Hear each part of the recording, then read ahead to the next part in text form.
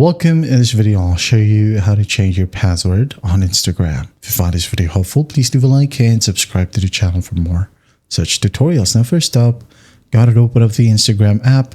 And once done, just go ahead over to your profile. In your profile at the top right, we have the three horizontal lines. So just go ahead and tap on it.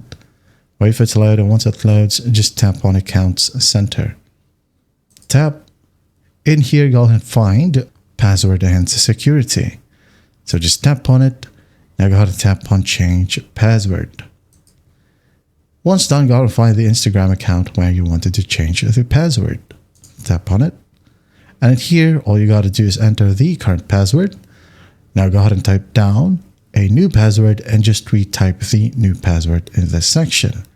And then after that, you have the option to log out other devices. Okay. If you want that option, go ahead and tick on this checkbox. And then after that, go ahead and tick on or tap on Change Password. And once done, you're good to go. That's how simple it is to change password on Instagram. I hope this video helps, and I'll see you in the next one.